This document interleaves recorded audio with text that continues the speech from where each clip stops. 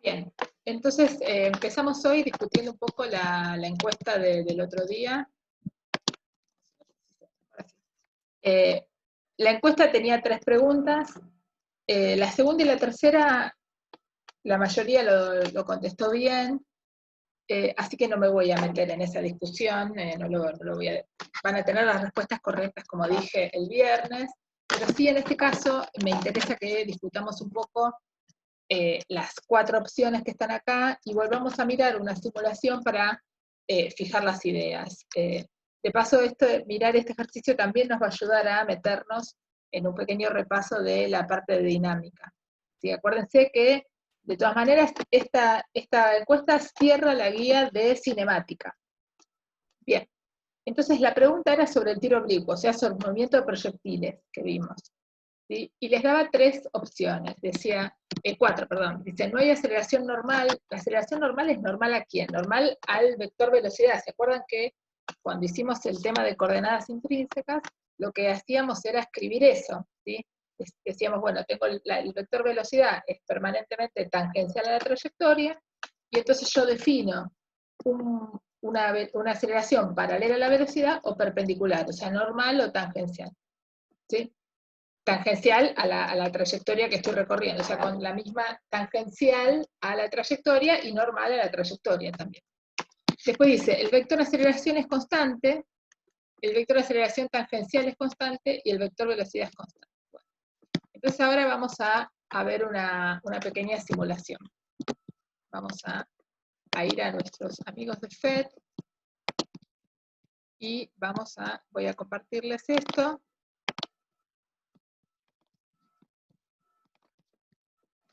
¿Se ve bien ahora? ¿Se ve la página?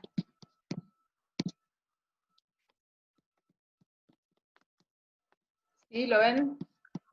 Sí, se ve bien, profe. Bien, bien. Bueno, entonces, fíjense que tenemos, ¿cómo funciona esto? Esperen que tengo algo que me molesta acá. Podemos elegir el ángulo con el que vamos a disparar, ¿sí? La velocidad inicial, fíjense, acá lo que elegimos, ¿qué es? Es el módulo de la velocidad inicial. La dirección la elegimos con el ángulo, ¿se ve eso? Y nos dibujará la componente de la velocidad y la componente del vector de aceleración, ¿sí? Las componentes, vamos a poner las componentes. ¿Está bien? Entonces, uno puede lanzar el proyectil y ver qué pasa, ¿sí? Entonces vamos a hacer esto, voy a hacer un poquito más bajito, y lo disparo. Lo voy a volver a disparar ahora lento, con las mismas condiciones, porque fíjense que acá lo que nos quedó es la trayectoria, ¿sí? Instante a instante por donde pasó esta bola de cañón desde que fue disparada. Lo voy a hacer de esta manera porque ahora ustedes van a ver otra vez graficarse el vector velocidad y el vector aceleración, ¿sí? Pero sobre la trayectoria, entonces va a ser más fácil de seguir la idea. Vamos de vuelta. Esperen que lo vamos a poner lento, así lo vemos mejor. Fíjense, a ver si lo paro ahí.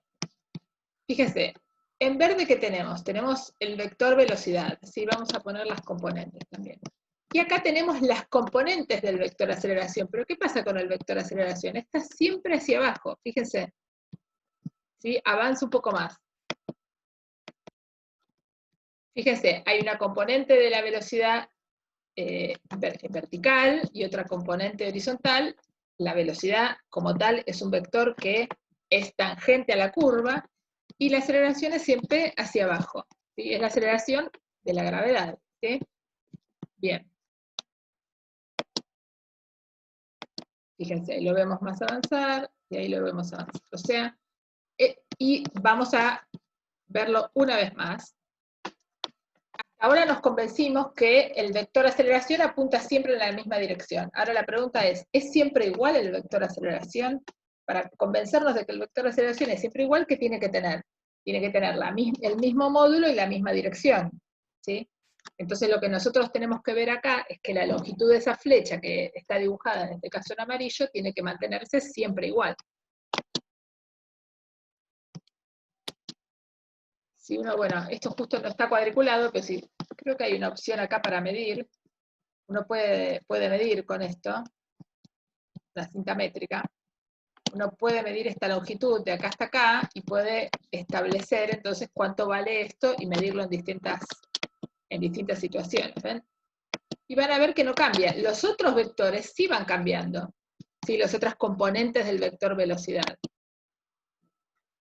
Fíjense, vamos a volver a verlo otra vez. Fíjense, fíjense, ahí, a ver si lo puedo parar. Acá, justo en ese punto, ¿qué pasa con la componente y de la velocidad? La componente y de la velocidad es 0, ¿sí? El vector, el proyectil llegó a su trayectoria máxima. Una vez que sigo avanzando, ¿qué va a pasar? Voy a tener la componente y de la velocidad que se va a ir haciendo cada vez más grande. ¿Por qué? Porque el proyectil está cayendo, entonces ahora la aceleración lo que hace es ayudarlo a caer cada vez más rápido. Entonces, esa componente y de la velocidad en su valor está siendo cada vez más grande. Apunta hacia abajo. Según los ejes de coordenada que haya elegido, serán positivos o negativos. Pero es cada vez más grande su longitud. ¿Sí? ¿Por qué? Porque es la gravedad la que lo está tirando para abajo. Cuando estamos al principio, vamos a terminar con esto y vamos a empezar otra vez. Ahí, fíjense, la componente Y es hacia arriba, y a medida que yo sigo subiendo, la componente Y se va achicando. ¿Por qué? Porque le queda componente Y para ir para arriba, pero la aceleración está para abajo, entonces la aceleración lo está frenando en esa componente, ¿sí? Y en el eje X, ¿qué tipo de movimiento hace? Un movimiento rectilíneo uniforme sin aceleración. En el eje X no tenemos aceleración. Entonces, para este tipo de movimiento, el vector de aceleración es siempre constante. Eso era lo importante de este ejercicio. Bien. ¿Qué más quería mostrarles? Y acá tenemos la opción de mostrar el vector fuerza, ¿sí? Entonces vamos a poner algo bastante parecido. Le voy a checar un poquito la velocidad para que vaya un poquito más despacio.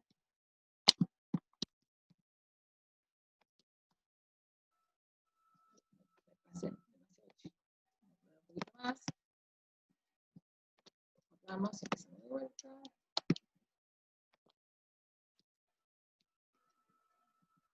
Bien, y ahora lo voy a poner igual, pero lento.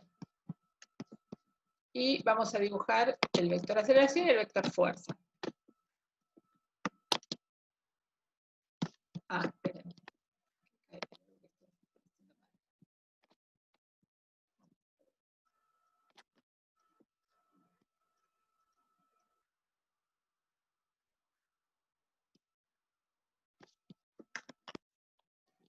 ¿Qué pasó acá? No sé si notaron que tenía prendida la resistencia del aire. No era lo que quería para mostrarles ahora. Eso nos queda para la clase que viene. Vamos a empezar. Acá tenemos. Fíjese lo que pasa. Vamos a volver a verlo.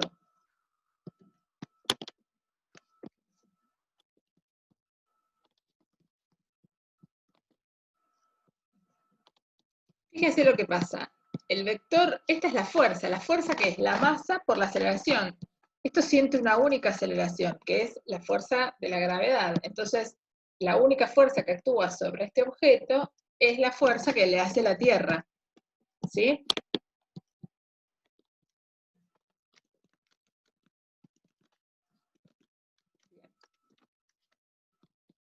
¿Acá alguna pregunta?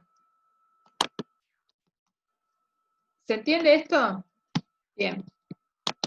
Entonces voy a volver a compartir para complejizar un poquito y para ir metiéndonos ya en un pequeño repaso de las ecuaciones de Newton y lo que vimos la vez pasada. Entonces vamos a volver a compartir esta simulación y veamos las opciones que les da acá, en esta parte. ¿Ven la flechita donde estoy señalando? Uno tiene opciones de cambiar el diámetro de la pelota, ¿sí? Y cambiar la masa de la bola. Yo lo voy a dejar todo bastante chico, ahí estándar. Y acá les ponen la resistencia del aire, ¿sí? Y les pone un valor, ¿sí? Es una manera de cuantificar la interacción entre la bola y el aire. ¿Está bien? Entonces veamos qué pasa cuando yo quiero dibujar las fuerzas. Vuelvo a hacer el mismo experimento y me pregunto cuáles son las fuerzas que actúan sobre esta bola cuando esto empiece, o sea, cuando yo dispare. Entonces vamos a empezar de vuelta. Borro todo. Fíjense, tengo resistencia del aire. Entonces fíjense, se ve acá que hay una pequeña fuerza que lo que hace es no dejarlo caer, digamos, sino que lo empuja en alguna dirección. Veamos qué pasa. Y ahí vemos cómo acá se va haciendo más grande. Y fíjense que uno podría pensar que lo que tiene acá en esta parte superpuesta, medio transparente, es como si fuera el diagrama del cuerpo libre instante a instante, ¿sí? Lo que va pasando acá, esta es una situación muy dinámica, entonces lo que tenemos acá es una situación donde la fuerza esta de la resistencia del aire va cambiando. Vamos a estudiar, calculo que vamos a alcanzar a hacerlo hoy, un poco una manera de cuantificar eso. Pero lo que me interesa que vean es que el modelo primero que nosotros tenemos sin resistencia es un modelo donde hay una única fuerza, ¿sí? Este modelo, una única fuerza, sería lo que vimos cuando vimos por primera vez el tema de tiro vertical, que se acuerdan que vimos el experimento del video del silo. Bueno, en esa situación, al estar en vacío, lo único que actúa es la gravedad, la única fuerza, ¿sí? Y en este problema tenemos una única fuerza. Bueno, esto se los dejo para que jueguen, después pueden variar la resistencia, pueden variar el diámetro de la masa, pueden hacer cosas bastante divertidas. Hay una opción para trabajar en el laboratorio también, o sea que hay varias opciones. Revísenlo. A mí me interesaba esto como para volver a hablar de lo que, de la tarea que les di, de la actividad, y también incorporar un poco los temas que nos tocan, que, bueno, hicimos la semana pasada y los que nos tocan hoy. Bien, entonces ahora sí vamos a volver a clase, y vamos a ver si puedo. Bien. Vamos a pasar a compartir entonces la teórica. Entonces, lo primero que nos vamos a dedicar hoy es en función también de algunas cuestiones que estuvimos charlando con algunos alumnos que preguntaron. Voy a plantearles, vamos a empezar planteando dos ejercicios que están, uno está en la guía y otro no, pero es un ejercicio clásico. El primero que vamos a tratar de plantear, simplemente no lo voy a resolver todo, es el primer ejercicio de la guía, que no tiene nada de difícil en sí mismo, pero que es medio alambicado en la forma por ahí en la que está escrito. Entonces vamos a empezar con eso. ¿Se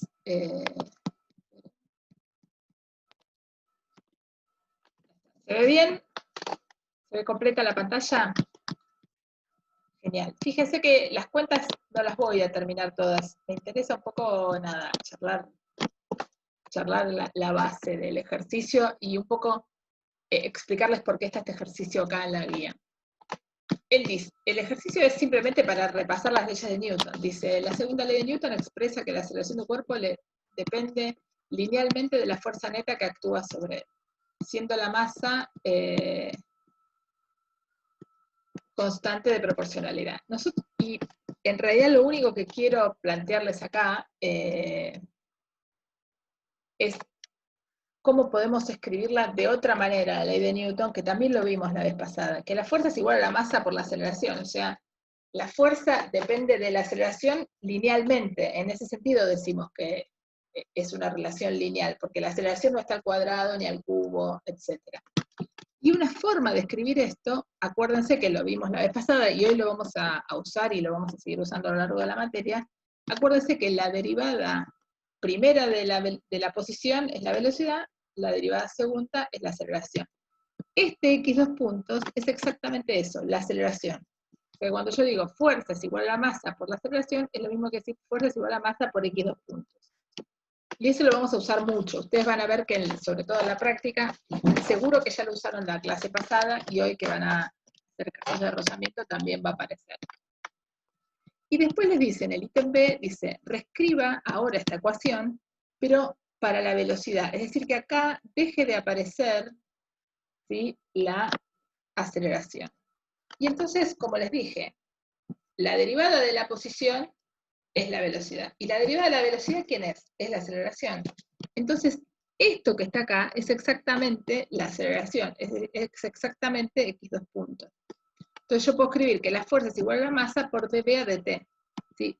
Acá, en esto que tengo acá, que estoy envolviendo con la manito esta, estoy diciendo aceleración. ¿Sí? ¿Qué gano con esto? Y que ahora puedo resolver esta ecuación diferencial que es bastante sencilla. ¿Qué hago? Paso la masa dividiendo, de este lado me queda un número, ¿sí?, porque la fuerza es constante, en este caso, para el ejemplo que les dieron, la masa es constante, es igual a dv a dt.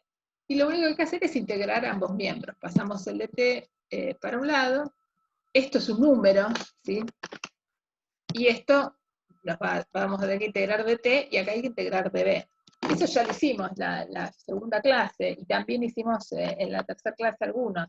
Eso ya lo saben hacer, simplemente que en lugar de estar, lo único que hace este ejercicio es linkear la guía anterior con esta guía, ¿sí? O sea, en lugar de empezar a ver la aceleración como un valor que me describe simplemente la suma de fuerzas multiplicada por la masa, tratar de linkearlo con que la aceleración es un concepto cinético que tiene que ver con la derivada de la posición, la derivada primera de la posición, que es la velocidad, y la derivada segunda de la velocidad, que es la aceleración. ¿Está bien?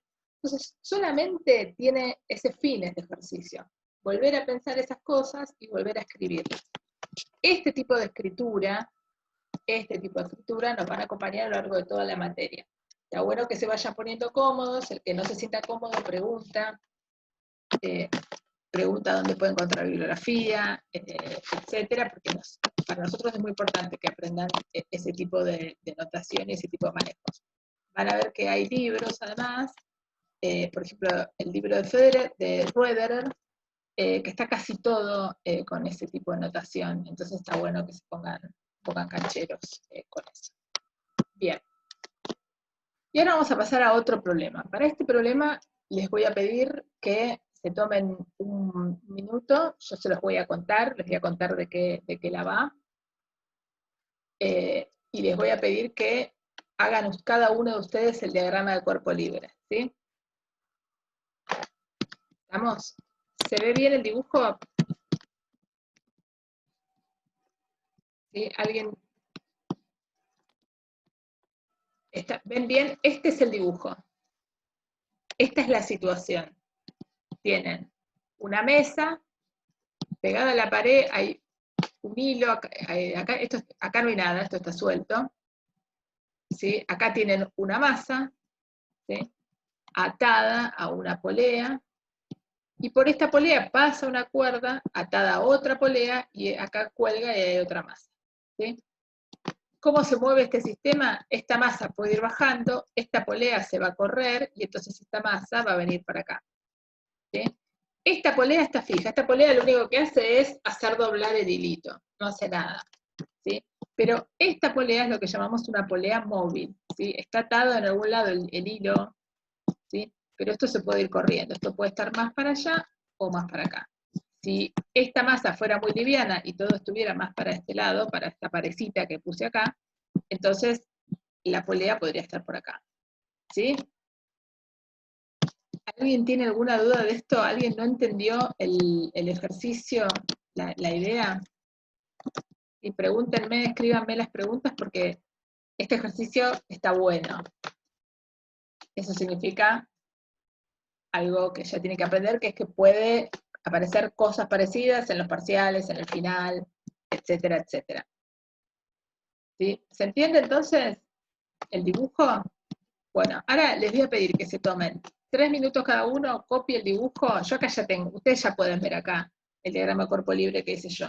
Pero háganse un diagrama de cuerpo libre cada uno de ustedes para la masa 1, para la polea esta que yo llamé A, y para la masa 2.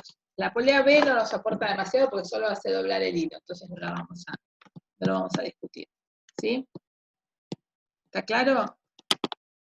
Bien. Entonces, tómense 3 minutos ¿sí? Si quieren, desmutense para hacerse preguntas entre ustedes, para hacerme preguntas a mí. Y traten de hacer el diagrama de cuerpo libre, cada uno en un papelito de los tres objetos que tenemos acá.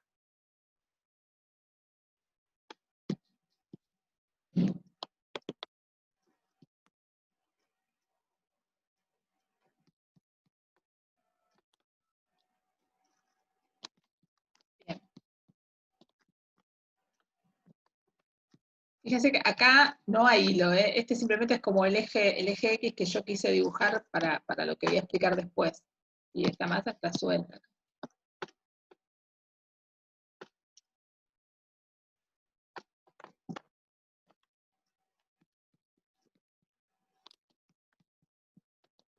Y yo pongo la consigna acá en el chat para el que no...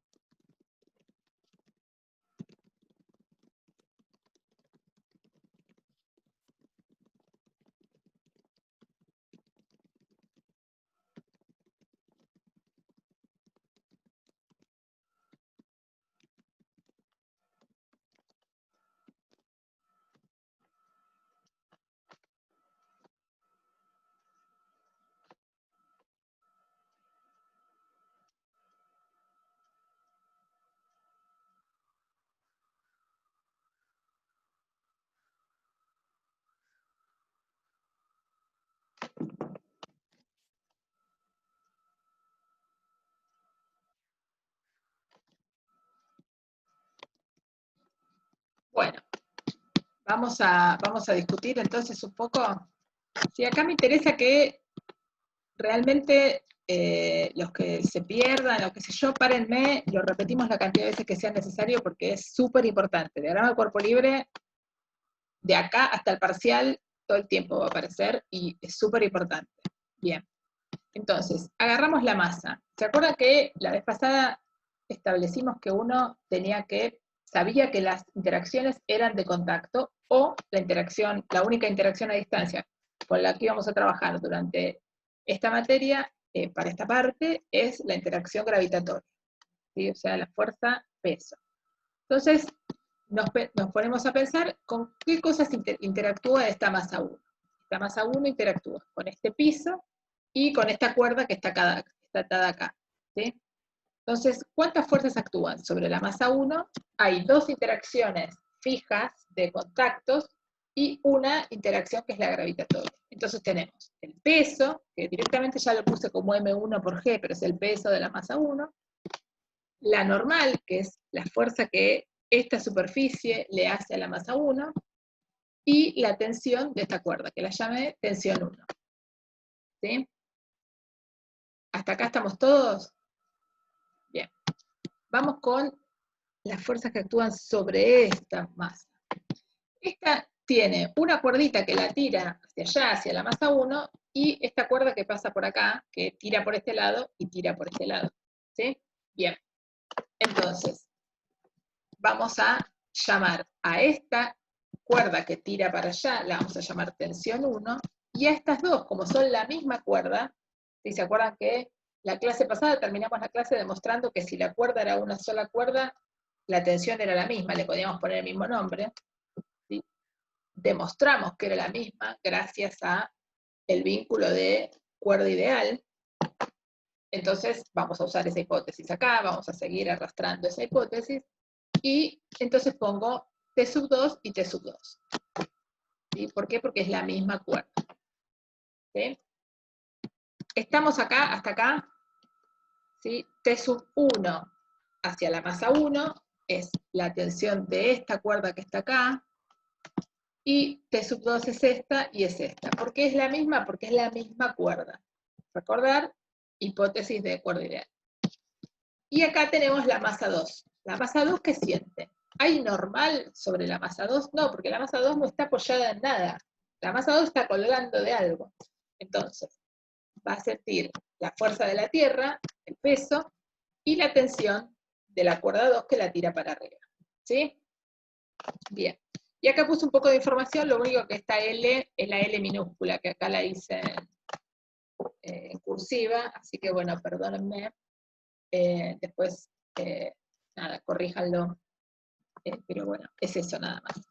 ¿Sí? Lo clave acá es que este punto está fijo, ¿sí? Todo lo demás se puede ir moviendo. Bueno, esto no, la polea evidentemente esta está pegada, pero esta se mueve, esto se puede ir moviendo y esto se puede ir moviendo. Bien. ¿Avanzamos o hay algo que necesite repetir? ¿Sí? Que perdí la ventanita del chat. Si alguien me hizo una pregunta en la ventanita del chat, la perdí. Bien. Bueno, entonces puedo avanzar. Sí, una consulta. Sí.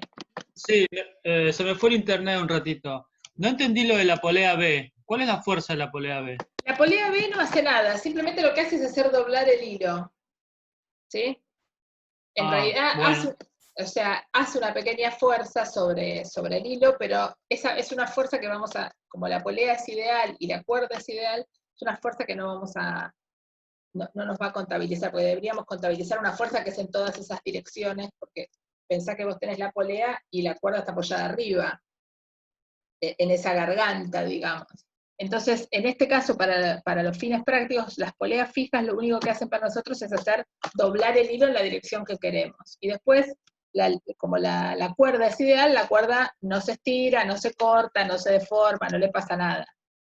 O sea, se mantiene con la longitud constante. ¿Sí? ¿Está bien?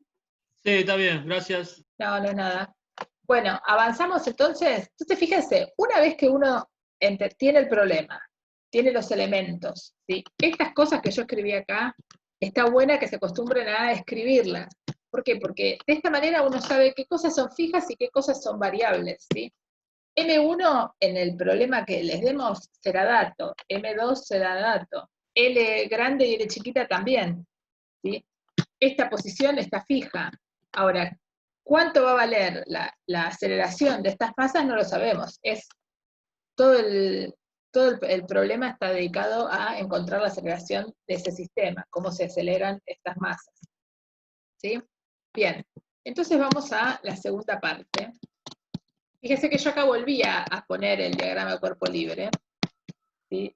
Más que nada para que no lo olvidemos, porque además ustedes cuando trabajen tienen una hoja donde tienen todo juntos, pero la idea es que una vez que tengo el diagrama de cuerpo libre, tengo tantas ecuaciones como cuerpos tengo, tantas ecuaciones de Newton, ¿sí? Porque acuérdense que vimos la semana pasada que la suma de las fuerzas aplicadas sobre un cuerpo es igual a la masa por la aceleración de ese cuerpo. Y esa es una ecuación vectorial, ¿sí? Entonces, para cada cuerpo tengo una ecuación vectorial, que después, como estos son todos movimientos en el plano, se me dividirán en algo que pasa en X y algo que pasa en Y, y no mucho más, no se va a complejizar mucho más. ¿Sí? Bien. Voy a volver para atrás para recordarles que vamos a usar un sistema de referencia que diga que este es el eje X y el vertical es el eje Y.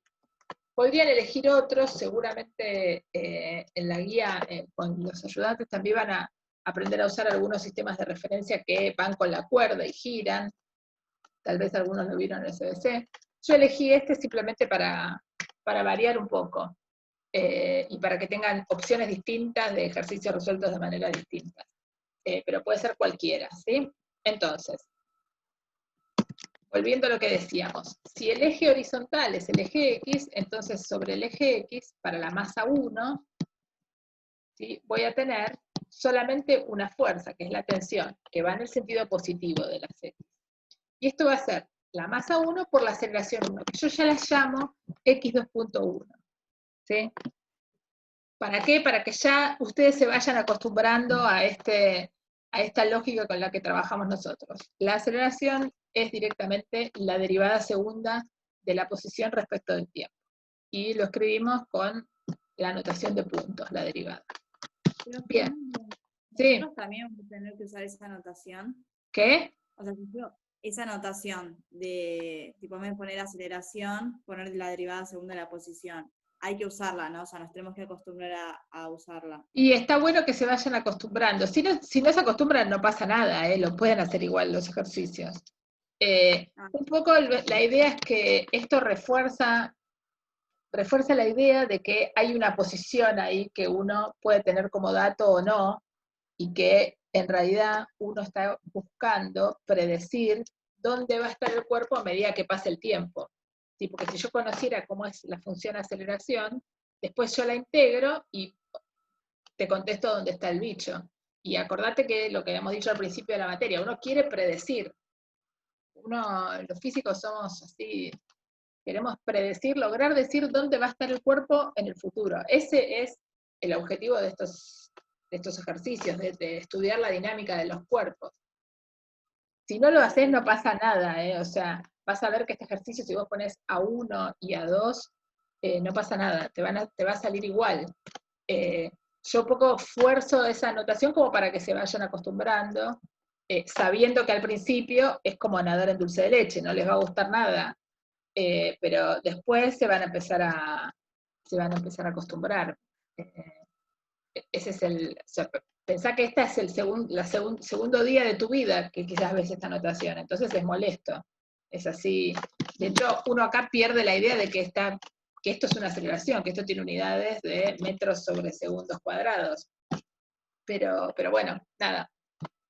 Un poco la idea es esa, y además nuestra idea también es, mi idea es que con lo que yo les cuento puedan acceder a cualquier bibliografía, y esto es muy típico en la bibliografía de física. Entonces, si no, es como que no les estaría enseñando un lenguaje, entonces van a leer de un libro y no lo van a entender. Entonces, un poco eso también es lo que me interesa.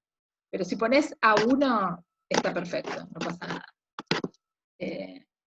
Más, si querés intentarlo, después mándamelo y yo lo miro y vas a ver que vas a llegar al mismo resultado. ¿Alguna otra pregunta? Bien. Entonces, vuelvo acá. Entonces, para la masa 1, como les decía, tenemos en el eje Y la normal que va para arriba, positiva, menos el peso para abajo, igual a 0, porque esto no sale volando, ¿sí? Vuelvo acá, esto no se mueve en el eje vertical, esto está quieto, la masa 1, solo se mueve en el eje X. Bien. Y ahora vemos que tenemos de este lado, tenemos para la polea. Para la polea vamos a tener T1 que va para el lado de los negativos, entonces le pongo un menos. Y esta T2 que va para el lado de los positivos, y esta T2 que va para el lado de los positivos, entonces tengo 2 veces T2. Entonces acá lo escribí directamente, 2T2 menos T1 es igual a la masa de la polea por la aceleración de la polea. Fíjense que acá puse aceleración de la polea un poco para jugar con las dos formas de escribir lo mismo. O para volverlos locos, dirán ustedes. Pero no, yo espero que no. Entonces, y acá vamos a usar una aproximación que se trata de un vínculo que lo voy a adelantar en un momento. Y para la masa 2 hay un solo movimiento en el eje vertical, por eso no puse, fíjense que acá no puse ni Y ni X. ¿Por qué no puse ni Y ni X? Porque solo hay un movimiento que es en la dirección Y, ¿sí? ¿Qué vamos a tener? Vamos a tener el peso que apunta para abajo, ¿sí? Y la tensión que apunta para arriba. ¿Sí? Bien. Y la masa de la polea la voy a considerar 0. ¿Por qué? Porque voy a considerar que tengo una polea ideal, ¿sí? Cuando tenga una polea ideal, hace como una soga ideal, como vimos la vez pasada, la masa de la polea va a ser 0, entonces todo esto va a ser 0, y voy a sacar esta relación para las tensiones, ¿sí? Entonces, la tensión 1 y la tensión 2 están relacionadas, no son cualquier batata. Una es el doble de la otra. Bien. Y ahora vamos a escribir los vínculos, ¿sí? Entonces, me interesa volver a lo que sería la metodología de estos problemas. De estos trabajo de siempre va a ser establecer la cantidad de masas que tengo y la cantidad de diagramas de cuerpo libre. Una vez que tengo los diagramas de cuerpo libre, escribo las ecuaciones de Newton. ¿Por qué yo le llamo las ecuaciones de Newton?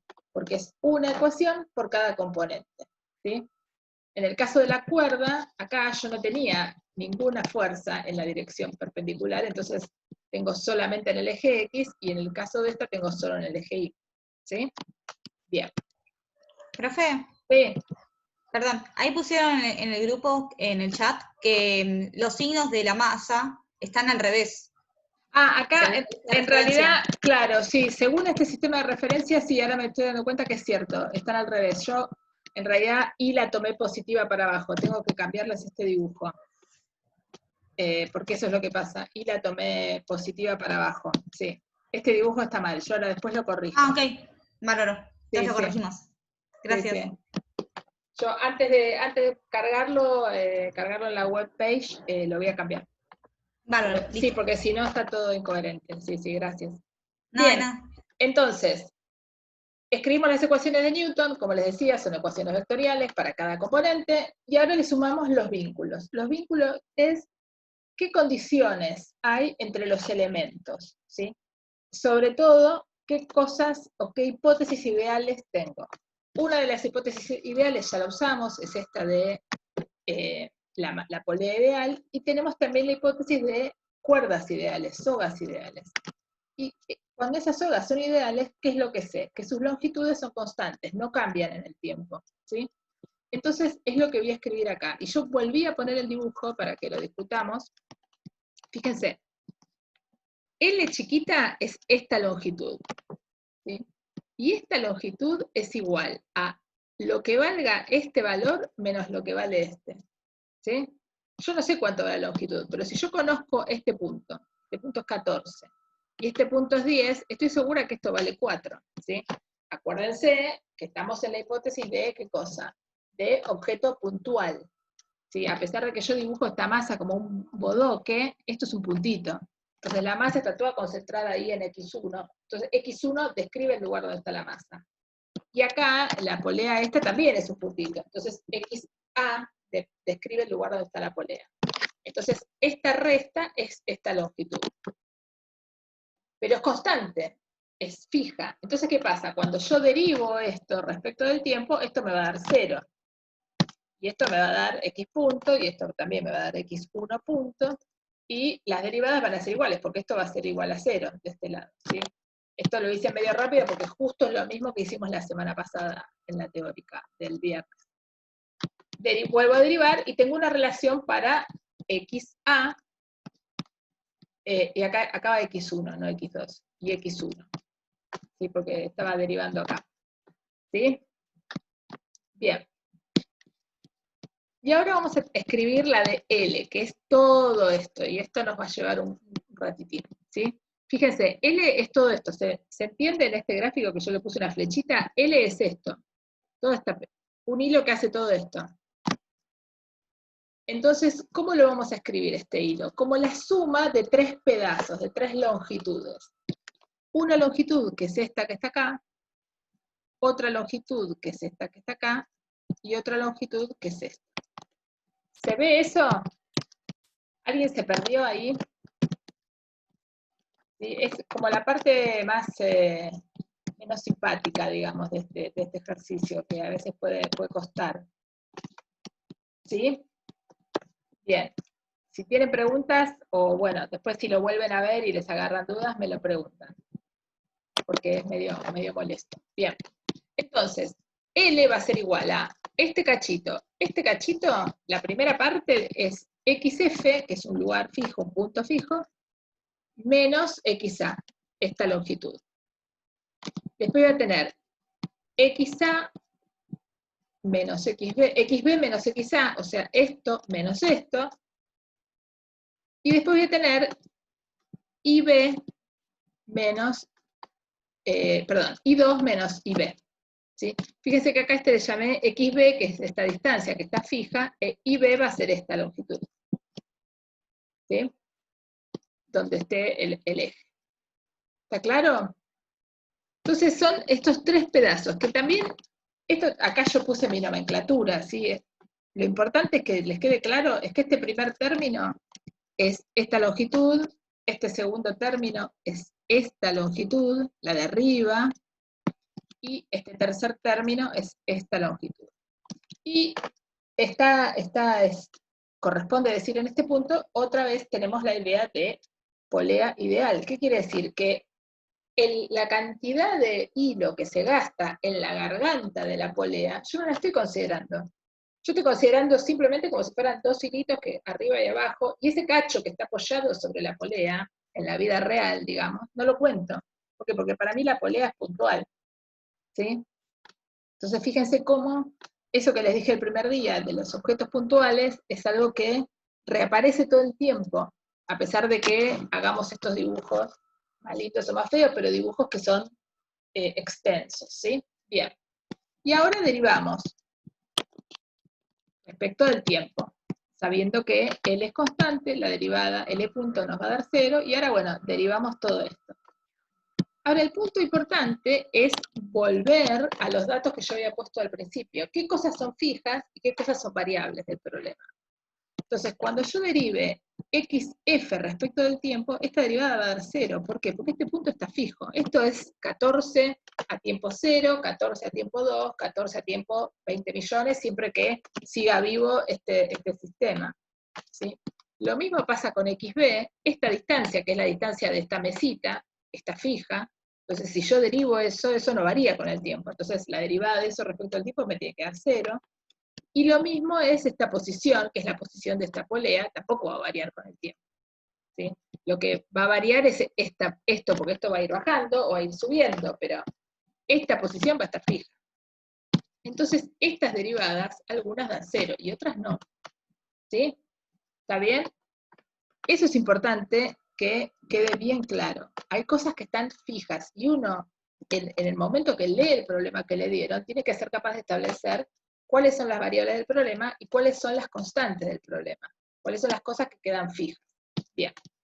Cuando uno hace todo esto 0, le queda algo mucho más lindo. Fíjense, esta xa con esta xa la junto, me queda menos 2xa más y 2, y después vuelvo a derivar y tengo una relación para las aceleraciones. Tengo menos 2xa más y 2 puntos igual a 0. ¿Sí? Este punto, acá, como digo, escribir L de esta manera y escribir L de esta manera es lo más importante. Después sobre esto, ¿qué le aplicamos? Lo que vimos la semana pasada, de la aproximación de soga ideal, ¿sí? Y ese es el vínculo. Dos vínculos tenemos en este problema: polea ideal, soga ideal. Polea ideal nos dio una condición sobre las tensiones, soga ideal nos da una condición sobre las aceleraciones. ¿Por qué? Porque entran a jugar las longitudes, ¿sí? Bien. Bueno, y acá volví a escribir un poquito nada más. Volví a escribir. Nosotros de la primera condición, para L chica, supimos una relación entre xa y x1. Fíjense, vuelvo al dibujo. Fíjense, lo que están diciendo de alguna manera es que si la polea se corre para adelante, x1 se tiene que correr para adelante. Y se tienen que correr con la misma aceleración, ¿sí? ¿Por qué tiene que pasar eso? Para que la soga se siga manteniendo extendida, no se corte ni se sobreextienda, ¿sí? O sea que es como que van juntos ellos dos, ¿sí? Bien. Y después lo que tienen es que si xa es igual a x1, bueno, 2xa es lo mismo que 2x1, porque reemplazar, y esto es y2. Entonces, ¿qué quiere decir? La aceleración, vuelvo acá, la aceleración de este cuerpo para abajo está relacionada con el doble de la aceleración de este cuerpo. ¿Por qué? Porque están jugando estas cuerdas. Bien. Una vez que uno llegó ahí, vuelve a sus primeras ecuaciones y dice, bueno, ahora estas ecuaciones ya las puedo escribir más fácilmente. ¿Por qué? La ecuación para la masa 1, en la componente X me queda que T1 es igual a M1 por X2.1. La componente Y, bueno, acá tengo que cambiar el signo por lo que va, o cambiar el dibujo para que los signos estén correctos, me queda escrita de esta manera. Acá me faltó el 2. Las tensiones tienen esta relación y acá tenemos esta relación. Y este es un sistema mucho más sencillo que al principio. Fíjense, las incógnitas son T2, T1 y X1 o Y2. Una de las dos, pero las dos no son, ¿sí? Porque tenemos una relación entre ellas. Entonces podemos despejar una de las aceleraciones. Yo en este caso despejé de acá, fíjese, reemplacé por T1, T1 lo meto acá porque ya sé lo que es, reemplazo lo que es X1, bla, bla, bla. Esto es un ejercicio que les sugiero que hagan ustedes, de reemplazar y hacer la cuenta y ponerse con lápiz y papel, y donde dice T2 poner T1 sobre 2, después reemplazar por lo que es T1 sobre 2, después juntar todas las X, todas las Y, bla, bla, bla. Pero el punto es que uno va a llegar a esto, a una relación que es de este estilo, ¿sí? Primera cosa, que esto seguro que ya se los dijo Santiago infinitas veces, verificar que lo que estamos calculando tiene las unidades correctas. Esto es una aceleración. ¿Cómo sé que es una aceleración? Porque es una derivada segunda de la posición respecto del tiempo. O porque lo llamé A, ¿sí? ¿Qué unidades tiene la aceleración? Metros sobre segundos cuadrados. Y esto es igual a algo que tiene, acá están las masas por la gravedad. Esto que está acá, que estoy encerrando, ¿qué unidades va a tener? Va a tener unidades de kilogramos sobre unidades de kilogramos. Quiere decir que los kilogramos con los kilogramos se cancelan. Y va a tener unidades finalmente de ¿qué cosa? De gravedad, o sea, unidades de aceleración. Bien, esa es la primera cosa, la primera conclusión que sacamos. Y después uno tiene que intentar ver, y esto se lo vamos a tomar en los parciales, y también va a ser siempre pregunta de final, ¿qué pasa cuando uno hace extremar las cosas que tengo acá? ¿Qué pasa si una de las masas tiende a 0? ¿Qué pasa si una de las masas es muy grande? ¿Sí? ¿Qué pasa? Etcétera, etcétera. Entonces, fíjense, si la masa 2 es 0, ¿qué es lo que va a pasar? ¿Cuánto va a ser la aceleración de este cuerpo? Si su masa 2 es 0, no voy a tener aceleración, desaparece, ¿sí? Y si la masa 1 es 0, ¿sí? Van a ver, bueno, es medio complicado esto, pero van a ver que esto tiene una aceleración que es 4 veces la gravedad, porque tienen la polea, ¿no? Ahí que está jugando de alguna manera. Pero bueno, no importa, el punto es que aprendan a hacer estas discusiones, ¿sí? Y pensar qué pasa si M2 es muy grande. Fíjense, si M2 es muy grande, ¿sí? Habría que hacer acá un límite de infinito sobre infinito, entonces esto por ahí no es tan sencillo de ver, pero esto va a darles algo que va a ser 1 sobre 4m1 por g, o sea que la aceleración va a ser un poco más chiquita, y si m1 es muy grande, es como que si m1 es muy grande, m2 ¿qué le va a pasar? No se va a poder mover, ¿no? ¿Sí? Fíjense, si m1 es muy grande, m2 no va a poder tirarla, ¿sí? Entonces va a quedar ahí colgando como si estuviera atada a una piedra. Poco va a importar que yo tenga ¿cómo se llama? Una polea. Si yo tengo esto que es inmensamente grande, por más polea que yo tenga acá, esto no va a poder hacer nada y se va a quedar ahí clavado, ¿sí? Si esto es más livianito, obvio que esto va a poder moverse para este lado más fácilmente, ¿sí? Entonces, bueno, estas son algunas de las conclusiones que nos interesa que puedan sacar acá. También lo podrían haber sacado para X1 y hacer la discusión correspondiente, ¿sí? Entonces, vamos a sacar como el jugo de lo más importante de este ejercicio. Primero tiene el caso de polea móvil, ¿sí? Es decir, la posición de la polea aparece ligada a la posición de alguna masa, ¿sí? Y me dice un poco el destino de esta masa, me dice algo de lo que le va a pasar a esta masa, ¿sí?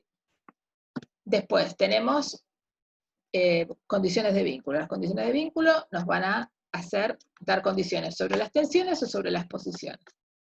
Y eso que nos facilita la escritura final de las ecuaciones de Newton, y una vez que tengo las ecuaciones de Newton escritas, puedo obtener siempre el ejercicio último, digamos, el objetivo último de estos ejercicios es obtener la aceleración de los cuerpos. Es decir, obtener una expresión para la aceleración, ¿sí? Y en este caso yo no le puse ningún valor, un poco también porque, por lo que hablábamos la vez pasada, de tratar de que se acostumbren a trabajar de esta manera. ¿Está bien? Bien. Déjenme ver qué hora es. Bueno, les voy a dar, porque ya hace casi una hora que estoy hablando, les voy a dar hasta las 6:05 voy a empezar, 6:05 empiezo de vuelta, así que tómense un descansito y vamos a empezar con el tema que nos toca para hoy. ¿Está bien? Si alguien tiene alguna pregunta, yo igual me quedo por acá.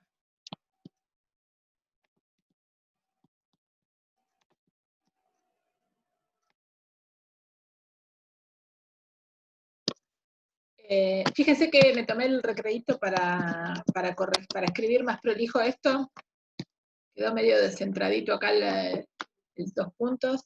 Y voy a responder algo que alguien había preguntado y se me perdió en el chat porque tengo 20.000 pantallas abiertas. Alguien me preguntaba qué pasa cuando M2 tiende a infinito, ¿sí? Fíjense, si M2 es muy grande, ¿sí? Vamos a verlo desde el punto de vista de los límites. Si M2 es muy grande, M1 es como que no existe, la puedo despreciar, ¿sí? Y entonces me va a quedar 4M2 sobre 4M2. Y estos se cancelan entre sí, y la aceleración de I2, de la masa 2, va a ser directamente G. Dicho de otro modo, si M2 es muy grande, es como que ni se entera que M1 está ahí. ¿Y qué hace? Se cae con la aceleración directamente de la gravedad. Fíjense que el cuerpo M2, la aceleración que les está dando, es una competencia entre justamente el valor de M2 y el valor de M1. Pero si M2 es muy grande, M1 casi que no juega en todo esto, desaparece. Y se les cancelan el 4M2 arriba con 4M2 abajo y les queda la gravedad. Entonces, es como que directamente ese cuerpo caería con gravedad, o sea, con la aceleración G. Y no habría ninguna componente de ninguna masa que lo esté frenando un poco. Fíjense que en definitiva lo que hace M1 acá abajo es que toda esta fracción sea un poco más chica que G. ¿Sí? Fíjense que este número, yo estoy segura que es más chico que G.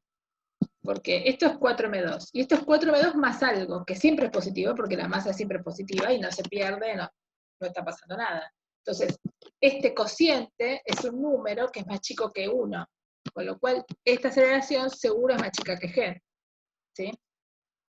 Lo cual es lógico, porque no puede caer solo con G porque está M1 ahí, ¿sí? Bien. ¿Quedó claro esto ahora? ¿Sí? Si alguien tiene Tengo alguna... una consulta. Sí. Una consulta. No entendí muy bien los 2 puntitos qué significan. Los Era dos la segunda. es la La derivada. segunda. Dale, sí. Sí, era la segunda derivada, pero no sé de qué. Es la derivada de la posición, I2 es una posición respecto del tiempo. Es decir, si yo hago, viste que en el CBC vos a la derivada la llamabas F'. ¿Sí? Si vos tenías tu Sí, función sí, F, sí. F' era tu derivada y F2' era la derivada segunda. ¿Sí? ¿Respecto de quién derivabas cuando ponías el prima? Respecto de x. Tenía una función f de x igual a 4x² más 18, y cuando te pedía la derivada primera, vos derivabas pensando que x era la variable, ¿sí?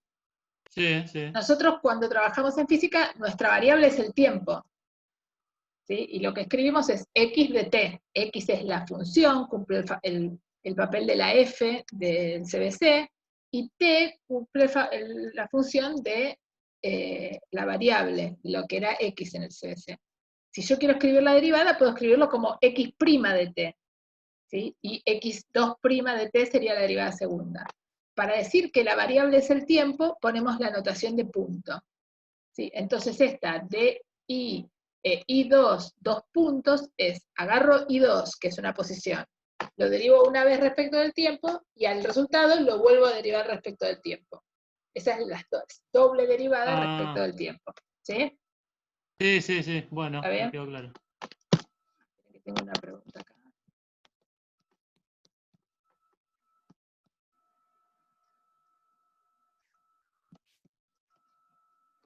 Acá me ponen, no me quedó claro por qué queda I2 derivada 2 veces.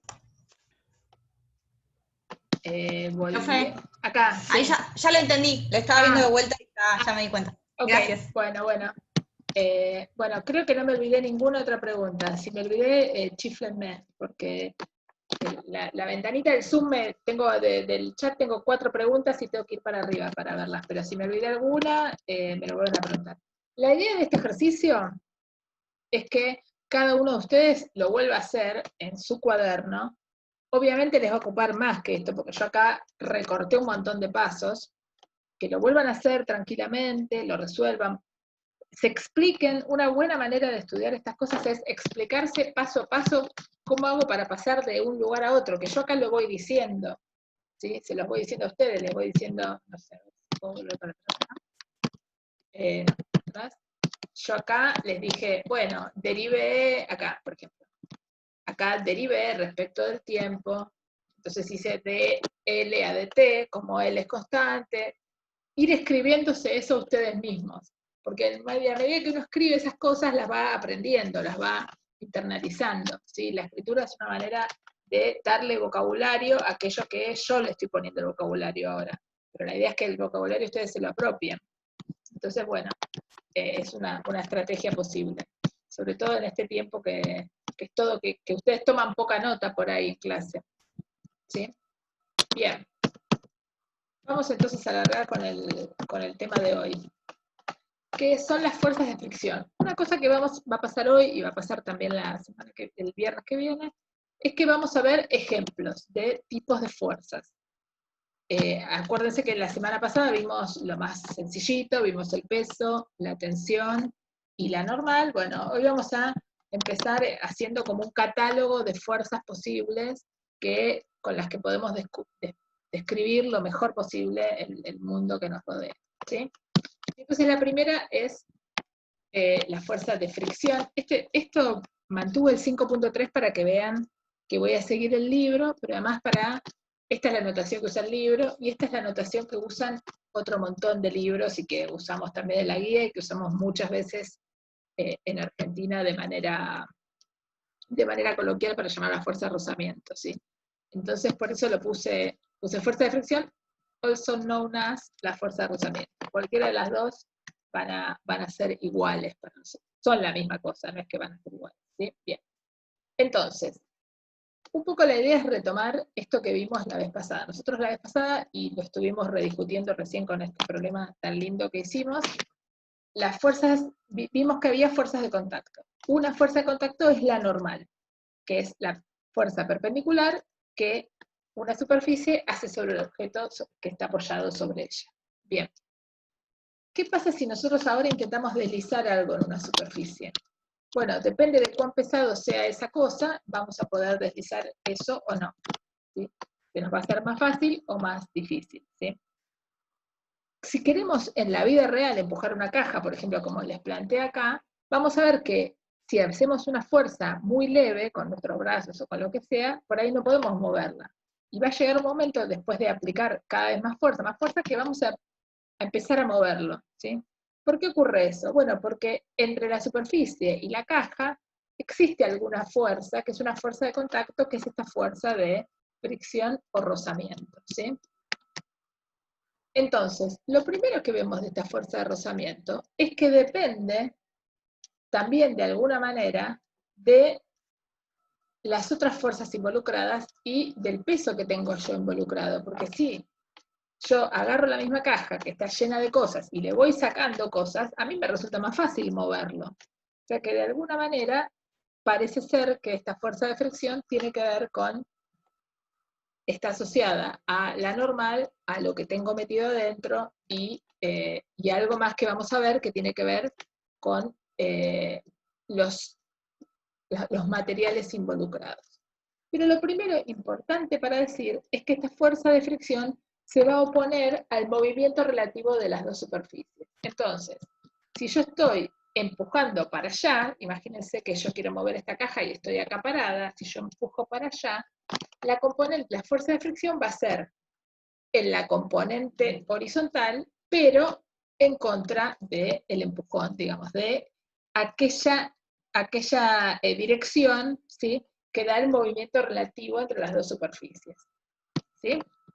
Entonces, la normal va a ser una fuerza que va a ser de contacto y perpendicular, y la fricción va a ser una fuerza que va a ser paralela al movimiento. ¿Sí? Esa es una primera cosa importante. ¿Y con qué dirección? Opuesto al movimiento relativo de las superficies.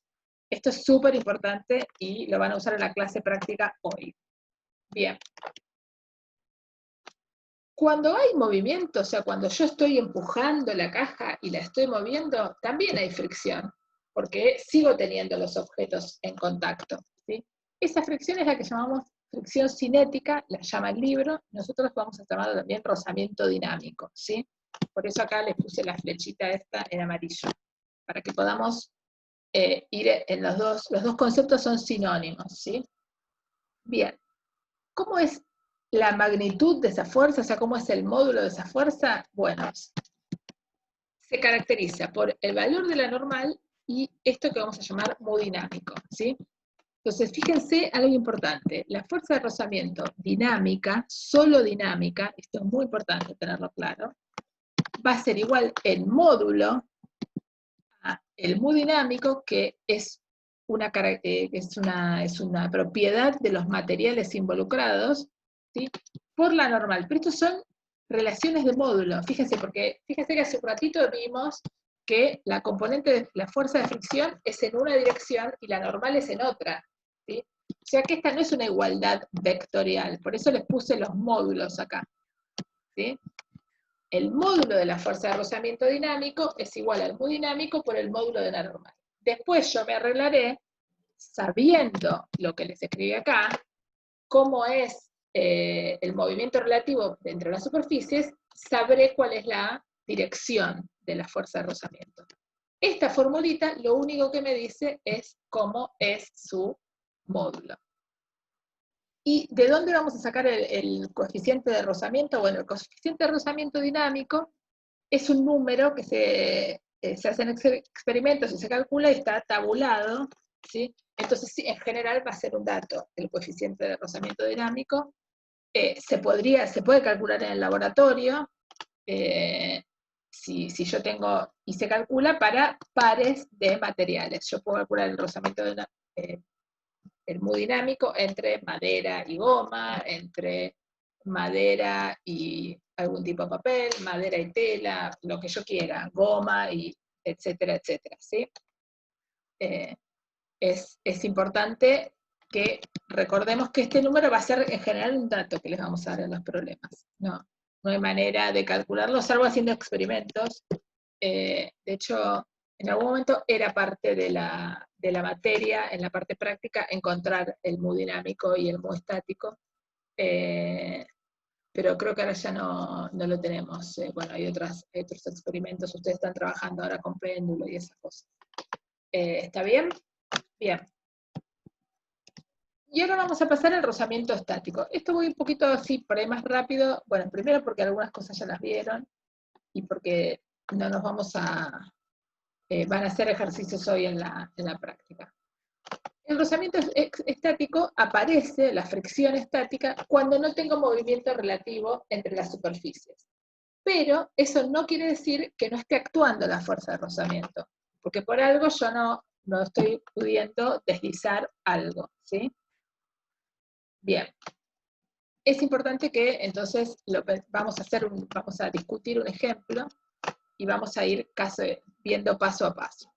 Entonces tenemos la primera situación, tenemos un cuerpo, ¿sí? No hay nada, nadie le aplica ninguna fuerza, apoyado sobre una superficie, ¿sí? Entonces, sobre ese cuerpo, ¿cuántas fuerzas actúan? Así como está, 2 fuerzas. El peso y la única fuerza de contacto, que es la normal, ¿sí? Bien. Fíjese que acá el Sears usa la W, que significa peso en inglés, para el peso, ¿sí? Bien. Esta es la situación inicial. Entonces, ¿cuánto vale la fuerza de fricción? 0, no hay fuerza en esta dirección. ¿Sí? ¿Por qué? Porque no hay movimiento, no está pasando nada. Bien. Le ato una cuerda y empiezo a tirar. Entonces, empiezo a tirar y empieza a crecer la fuerza de rozamiento. Fíjese que la fuerza de rozamiento la ponemos acá abajo para significar que estamos hablando de una fuerza superficial, ¿sí? Aunque otra vez, toda esta caja para nosotros, ¿qué dimensión tiene? Ninguna, es un puntito. Estamos en una hipótesis de cuerpos puntuales, ¿sí? Pero una manera de hacer un punto, digamos, o si quieren hacer remarcar la idea de que la fuerza de rozamiento aparece entre las superficies. Bien. Entonces, como les decía, ahora tenemos 4 fuerzas involucradas. Tenemos la tensión, o la persona que está acá con su manito tirando, la normal, que es una fuerza de contacto, y otra fuerza de contacto que es esta de el rozamiento, que aparece porque las superficies involucradas, en ellas hay rozamiento, ¿sí? En general hay rozamiento en todas las superficies. A veces podemos hacer alguna hipótesis de rozamiento casi cero, suponiendo que hay hielo, o suponiendo esas mesas que tienen aire, y entonces las cosas casi no deslizan fácilmente, no hay rozamiento, pero en general hay rozamiento en nuestra vida, entre las superficies. Bien, entonces, a medida que yo voy tirando, pero no voy logrando mover la masa, tiro, esta fuerza va a ir creciendo. Va a ir creciendo, creciendo, creciendo, creciendo, creciendo. Hasta un punto en el cual voy a tener la fuerza de rozamiento estática máxima. Un instante después, un nanosegundo después, lo empiezo a mover. Cuando se empieza a mover, estoy en presencia ya no de la fuerza de rozamiento estática, sino de la fuerza de rozamiento dinámica. Y el cuerpo se empieza a mover, ¿sí? Y si medimos la fuerza de rozamiento, vamos a encontrar que da algo más o menos así, un valor un poco más chico que la fuerza de rozamiento estática máxima, y que va variando. Estas variaciones tienen que ver con rugosidades, con características de la superficie. Entonces, lo más importante es que ahora ya, en el caso del rozamiento estático, yo no puedo tener una única fórmula para calcular la fuerza de rozamiento estática. Lo único que puedo hacer es acotarla. Es decir, bueno, la fuerza de rozamiento estática en su módulo va a ser menor que el mu estático por el módulo de la normal. ¿Sí? Y solo va a ser igual, este igual vale solamente en el caso de la fuerza de rozamiento estática máxima. Es decir, un instante antes de que yo logre romperlo. Cuando hago un problema, ¿cómo voy a hacer? Si me dicen que el cuerpo no se mueve, yo no puedo asumir que siempre no se mueve y justo estoy en el instante antes de que se empiece a mover. Entonces voy a tener que suponer que no puedo usar la fórmula, sino que tengo que calcular la fuerza de rozamiento estática de otra forma, ¿sí? Entonces, el único momento en el que ustedes, en sus ecuaciones de Newton, van a poder reemplazar la fuerza de rozamiento dinámico por la formulita de muy dinámico por la normal, en módulo, va a ser si saben que es dinámica, ¿sí? Si se los dice el problema. Entonces el problema les dice que es estático, esto simplemente es una cota, pero no es una fórmula que les permite calcular exactamente el valor de la fuerza. ¿Sí? Bien. Bueno, y estos son, nada, algunos números. El fenómeno de fricción es un fenómeno eminentemente microscópico que está asociado a la interacción entre las moléculas que forman los materiales, ¿sí? ¿Por qué aparece? Y bueno, porque las cosas no son lisas, perfectamente lisas. Están todos tabulados, hay, fíjense, un montón de valores, acá acero 0 a 0, aluminio 0, cobre, bueno, hay un montón. Van a ver en el Sears que hay muchos más de estos que puse. La gente que trabaja en ingeniería tiene libros enteros con manuales con estos valores, entre otros, para caracterizar las superficies en cuestión. No sé, la verdad que no sé, habría que ver qué pasa con los objetos vivos, ¿no? Si uno para células o para cosas así existen coeficientes de fricción, no lo sé, lo voy a buscar para la próxima. Pero bueno, la idea es que siempre muy estático y muy dinámico van a ser datos. ¿Sí? ¿Alguna pregunta hasta acá?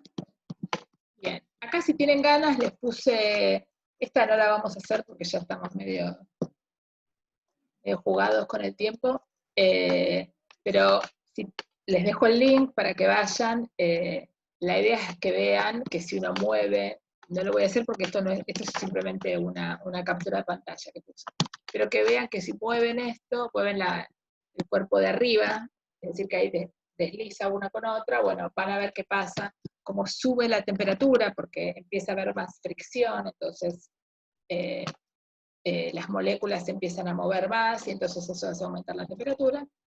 Pero bueno, se los dejo para que jueguen ustedes si tienen ganas. Es más bien cualitativo, no hay nada cuantitativo. Bien. Y ahora nos vamos a meter en qué pasa cuando tengo rozamiento, pero en fluidos, ¿sí? Un poco volviendo casi con lo que vimos al principio de la clase, ¿sí? Vamos a ir despacio. Esto Voy a tratar de contarlo todo hoy, pero de todas maneras, si les quedan dudas, lo vamos a volver a discutir la vez que viene. Bien, entonces. La idea es esta. La idea es que si nosotros tenemos un objeto que se mueve en un fluido cualquiera, ¿sí? Ese fluido hace alguna fuerza sobre nosotros y nos impide movernos cómodamente, ¿sí? Cualquiera sabe que si estás en una pileta y querés caminar, no es muy práctico caminar en la pileta. ¿Por qué? Porque sentís que el agua te empuja, ¿sí? También sentís la resistencia del aire, como vimos hoy en esa simulación que les estaba mostrando. Bien, entonces, ¿cómo podemos cuantificar eso? ¿Sí? ¿Cómo cuantificar esa fuerza que existe? Porque el cuerpo que está en el seno del fluido está sintiendo una fuerza que le hace el fluido. ¿Sí? Bueno, vamos a llamar a esa fuerza resistencia del fluido. Y vamos a modelarla. ¿Qué quiere decir modelarla? Quiere decir que vamos a proponer alguna expresión que me permita describirla. ¿Sí? El modelo más sencillo, vamos a ver que hay dos, y vamos a charlar los dos hoy, es que la fuerza depende de la velocidad con alguna relación particular. En realidad, uno puede, usando ecuaciones de la mecánica de fluidos, mostrar por qué estas son la forma funcional adecuada. Para nosotros va a ser simplemente, proponemos este modelo. Entonces, si la velocidad acá, él la llama rapidez, ¿sí? Acuérdense que rapidez es el módulo de la velocidad, ¿sí? Si el módulo de la velocidad es bajo, la magnitud de la fuerza de resistencia del fluido es proporcional a la velocidad del cuerpo, a la rapidez, al módulo de la velocidad. ¿Sí? Entonces, la fuerza es igual a K por la velocidad, ¿sí? Donde K es una constante de proporcionalidad. ¿Sí? Esto sí, la velocidad es baja. Fíjense que si yo, piensen otra vez el ejemplo de la pileta, cuando uno quiere ir caminando, en realidad cuando uno quiere ir caminando cada vez más rápido, encuentra que le hace más resistencia el agua a uno. Entonces uno, ¿qué hace? Empieza a caminar despacito y empieza a separar las piernas lo más posible. Bueno, eso, en principio, esto es una buena manera de pensarlo. ¿Y qué es? Acá es una constante proporcionalidad que va a tener ¿qué unidades? Y me interesa que lo discutamos un momentito. ¿Qué unidades va a tener K? La fuerza tiene unidades de Newton, ¿sí? ¿Cómo se escribe Newton? Kilogramo por metro sobre segundo cuadrado. Y la velocidad tiene unidades de metro sobre segundo. Entonces, por un lado, yo tengo fuerza, tiene que ser igual a K, que no sabemos qué unidades tiene, por velocidad. ¿Sí? Estamos hablando de las unidades, ¿sí? Después vamos a preocuparnos por las direcciones y vamos a hacer un ejemplo. Por ahora, solo nos preocupamos de qué unidades tiene, qué magnitudes, ¿sí? Qué unidades están involucradas. Bien, entonces, ¿cómo despejo el valor de K? Paso este segundo multiplicando, esta masa dividiendo, se cancela, y me queda que esta K, esta constante proporcional, tiene unidades de kilogramos sobre segundo. ¿Sí? Esto simplemente lo hago para que lo anoten, lo recuadren, está en el libro también. Estas cosas, estas constantes tienen unidades, estas unidades son importantes porque si no, del otro lado no tendría sentido esto que escribimos, ¿sí? Bien. Y obviamente esta fuerza va a tener una dirección, ¿sí?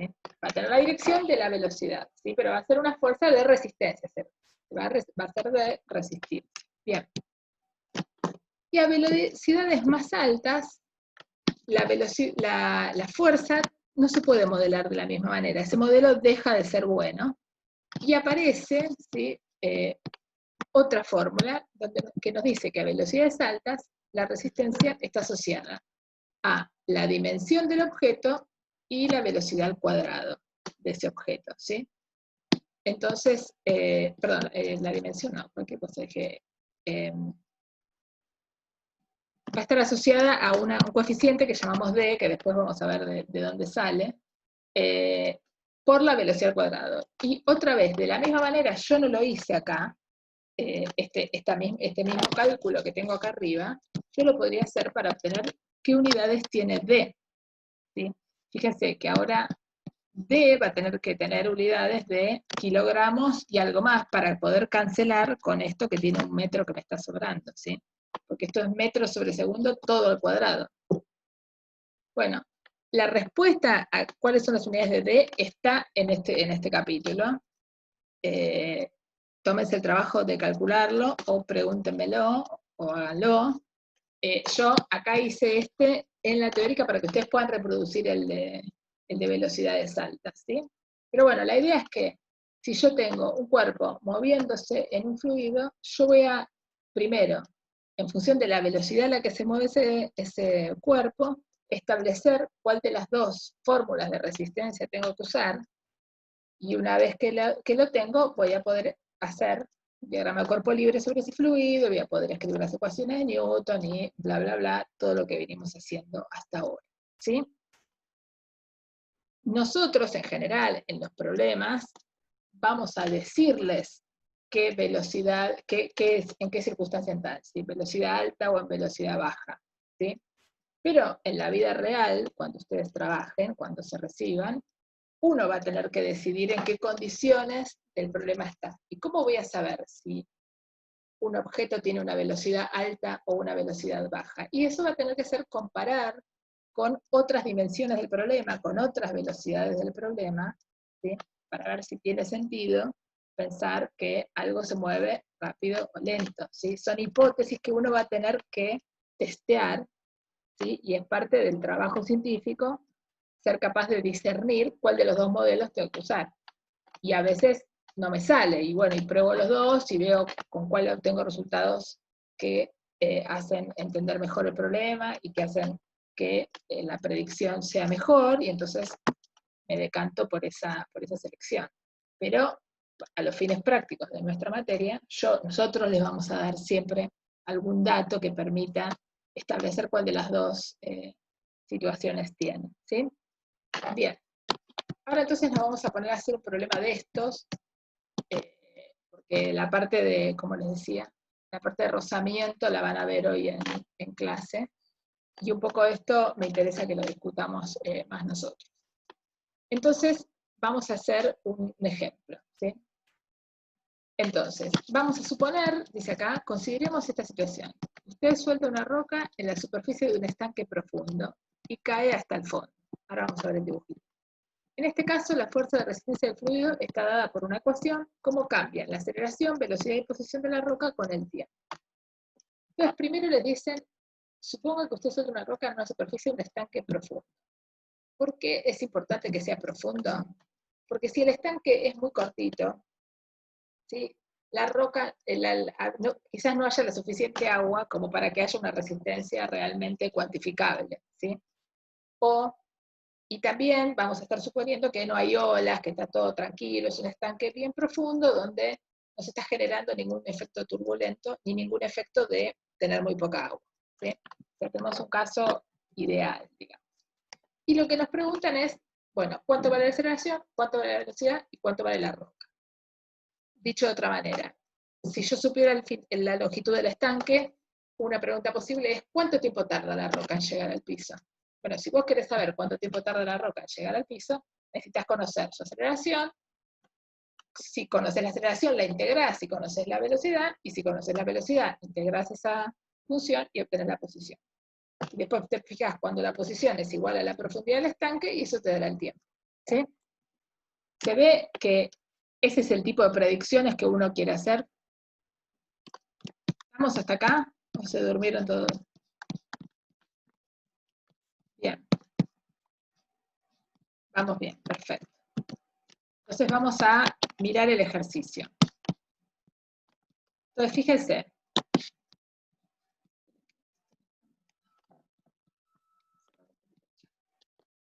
Bien. Fíjense. Tiene la situación de la piedra, ¿sí? Suponemos que no hace muchas olas, que no pasa nada, que es todo prolijito. La piedra cae al agua, y fíjense que acá no les dibujan en el fondo, reforzando esta idea de que es muy profundo. Bien. Lo primero que hacemos es hacer un diagrama de cuerpo libre, es pensar qué fuerzas actúan sobre esta piedra. Entonces, ¿qué fuerzas actúan? Primero, la gravedad, ¿sí? Porque eso está en un estanque que está en la Tierra, o sea, la Tierra está atrayendo esa masa independientemente que esté el agua en el medio o no, ¿sí? Como sabemos todos nosotros también, porque ¿por qué sirve jugar a tirar una piedra a una pileta y buscarla? Porque la gravedad sigue actuando, aunque esté el agua, ¿no? Bien. Y después tenemos que cuantificar o poner en esta receta la resistencia que ejerce el líquido, en este caso el agua. Bien, entonces ponemos el peso, que es M por G, y acá está F, que será esta resistencia. ¿Está bien? Este es el diagrama de cuerpo libre.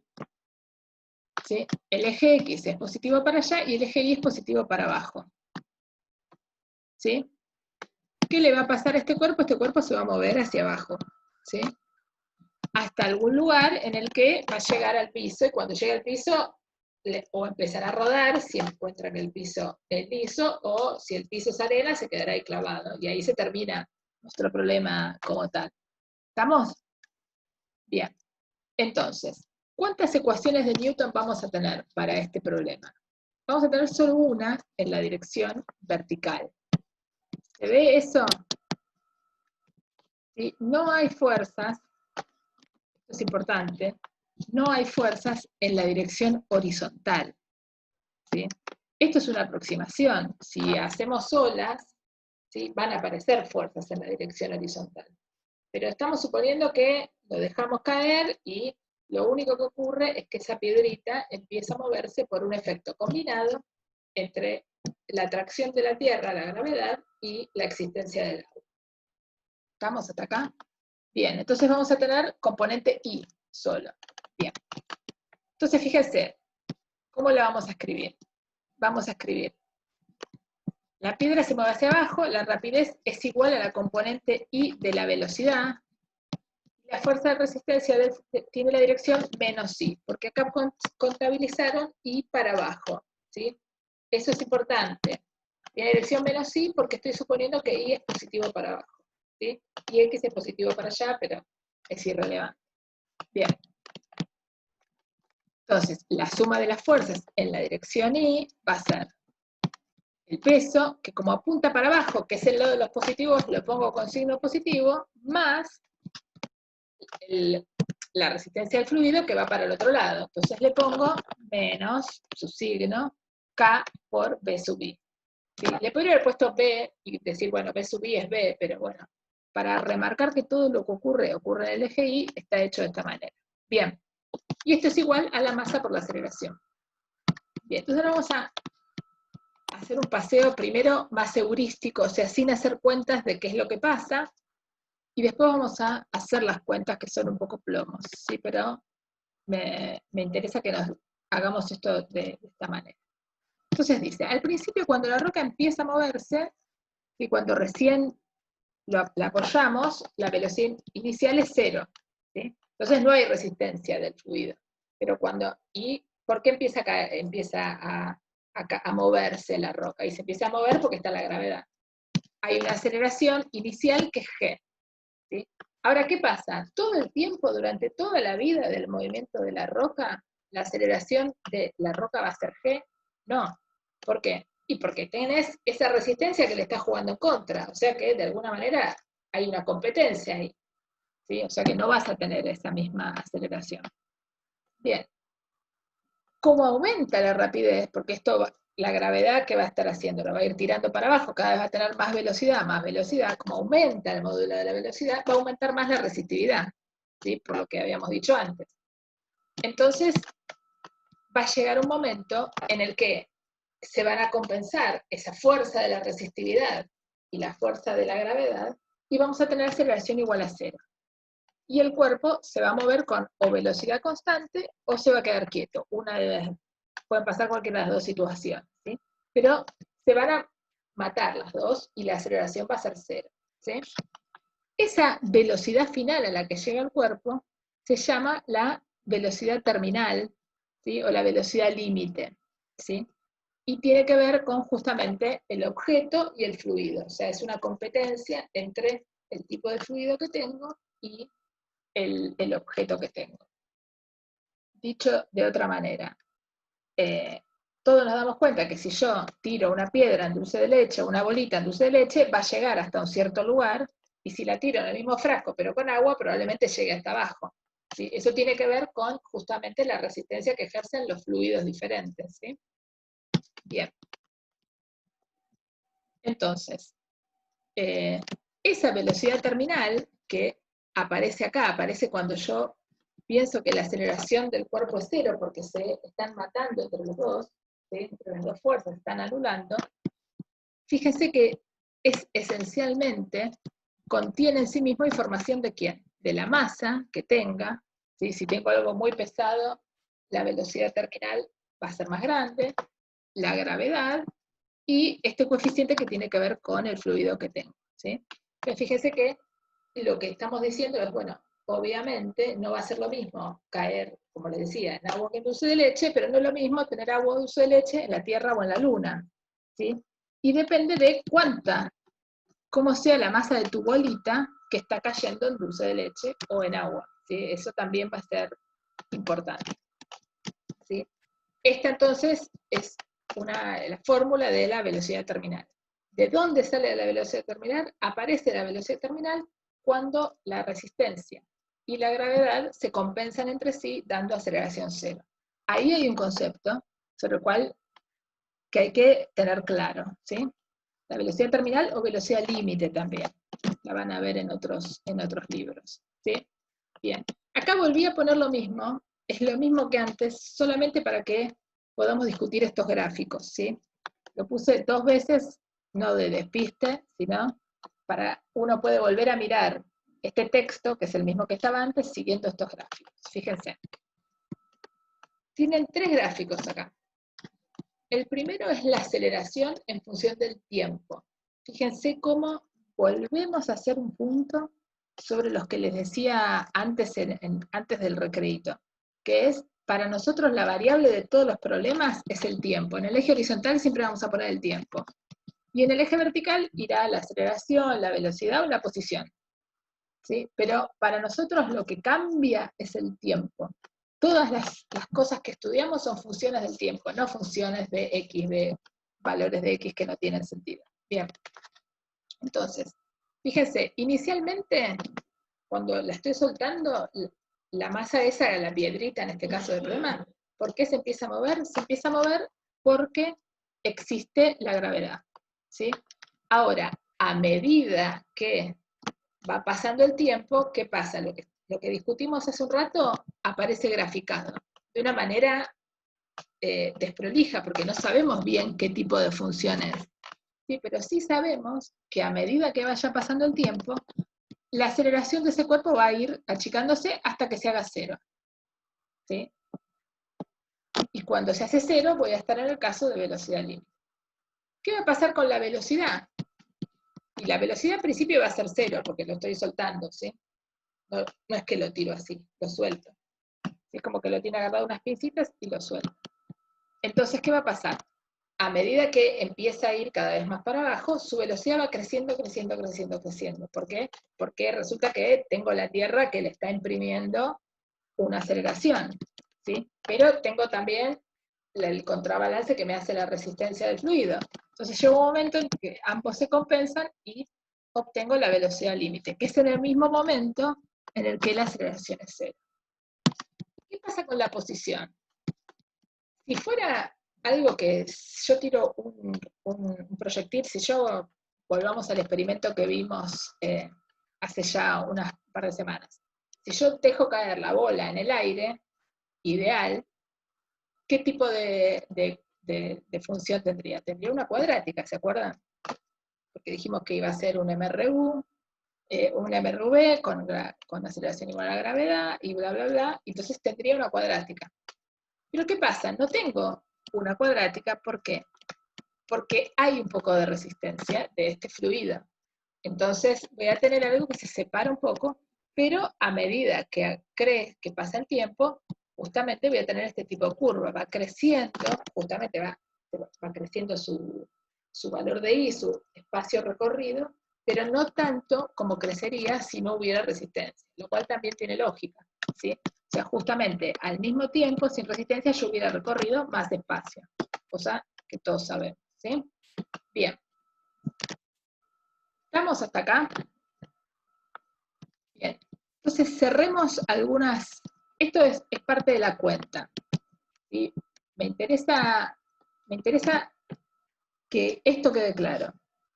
Tenemos un objeto que se deja caer, ¿sí? Eso es muy importante, se deja caer en un fluido. Y lo que vemos es la competencia entre la gravedad y el fluido, ¿sí? Escribimos hacemos su diagrama de cuerpo libre, escribimos sus ecuaciones de Newton y encontramos un comportamiento muy particular que es al momento en el cual la aceleración es cero, es decir, ambas fuerzas se compensan. ¿Qué sucede? Que si la aceleración es cero, la velocidad del cuerpo es constante, ya no va a tener velocidad variable, y esa velocidad es lo que llamamos la velocidad límite, ¿sí? ¿Qué quiere decir? Que de acá en más, si yo extendiera esto me tendría que dar una constante, ¿sí? ¿Hasta cuándo? Y hasta que llegue al fondo del estanque en el que estoy, y ahí la velocidad va a ser cero, pues se va a quedar quieto o algo va a pasar distinto, ¿sí? Bien. Miren que no estoy viendo las preguntas, no sé si hay alguna pregunta.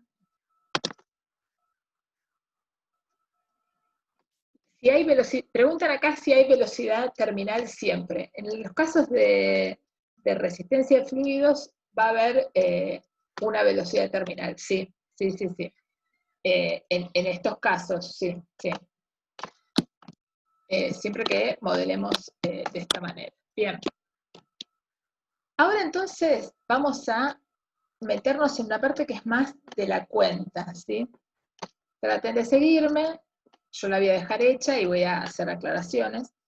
Pero, ¿para qué son estas cuentas? Justamente para cuantificar esto que acá intuimos, ¿sí? ¿Por qué? Porque si yo me escribo bien mi ecuación de Newton, soy capaz de encontrar cómo es exactamente esta función. Y si me encuentro esta función, y tengo suerte y sé integrar, puedo obtener esta y después puedo obtener esta, ¿sí? Entonces, ese es el objetivo de esta segunda parte. La primera fue entender cualitativamente, y ahora vamos a meternos en las cuentas, ¿sí? Pero no matarlos mucho porque ya hace rato que ya... Bien, entonces, vamos a escribir la ecuación de Newton. La ecuación de Newton es la masa por la aceleración. Fíjense que acá la aceleración está escrita como dv a dt, ¿sí? ¿Por qué? Porque la velocidad juega un papel importante en el caso de la resistencia de los fluidos, entonces nos conviene, ¿sí? Pero fíjense que está acá. Podría haber puesto m por ahí es igual a la fuerza peso, que va para abajo, que dijimos que era positiva, menos la fuerza de la resistencia, que es menos k por vi. ¿Sí? Esta es la ecuación de Newton, la única ecuación de Newton de este problema, porque este problema tiene una única componente, que es componente I. Bien. Después, ¿qué hacemos? Y acá viene este punto, este salto de acá a acá, puede ser polémico. ¿Sí? ¿Qué hacemos? Dividimos todo por K. Acá les queda M sobre K, MG sobre K, y acá les queda BI. ¿Sí? Esa es la primera cosa. Ahora, MG sobre K es exactamente la velocidad terminal. Es un número fijo. Si yo conozco K, conozco M, me calculo quién es BT, o sea, es un número, ¿sí? Entonces puedo reemplazar, si divido todo esto por K, este valor les va a quedar quién es BT, ¿sí? Yo esta cuenta la voy a agregar al final, pero no quiero ponerla acá porque quiero que cada uno trate de hacerla, ¿sí? Entonces yo la voy a poner el viernes que viene en la teórica, para que el que no pudo hacerla, el que no se avivó, el que tuvo dudas, bueno, la sigue de ahí. Pero me interesa que hagan el intento ustedes. Entonces, bueno, les queda BT y acá les va a quedar entonces BT menos BI, ¿sí? Y uno lo puede pasar del otro lado dividiendo. Y del otro lado les va a quedar directamente M1 les va a quedar, lo que se les va a ir todo, y esto lo pasa por este lado, les queda K sobre M, ¿sí? Que es esta M que pasan dividiendo, y la K que agregaron acá que aparece ahí. Y entonces les van a quedar, de un lado todo tiene velocidades y del otro lado tiene todos tiempos. Entonces pueden integrar eso.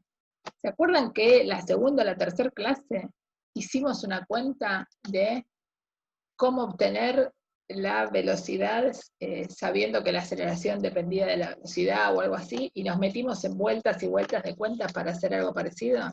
Bueno, yo lo hice pensando que íbamos a llegar hasta acá.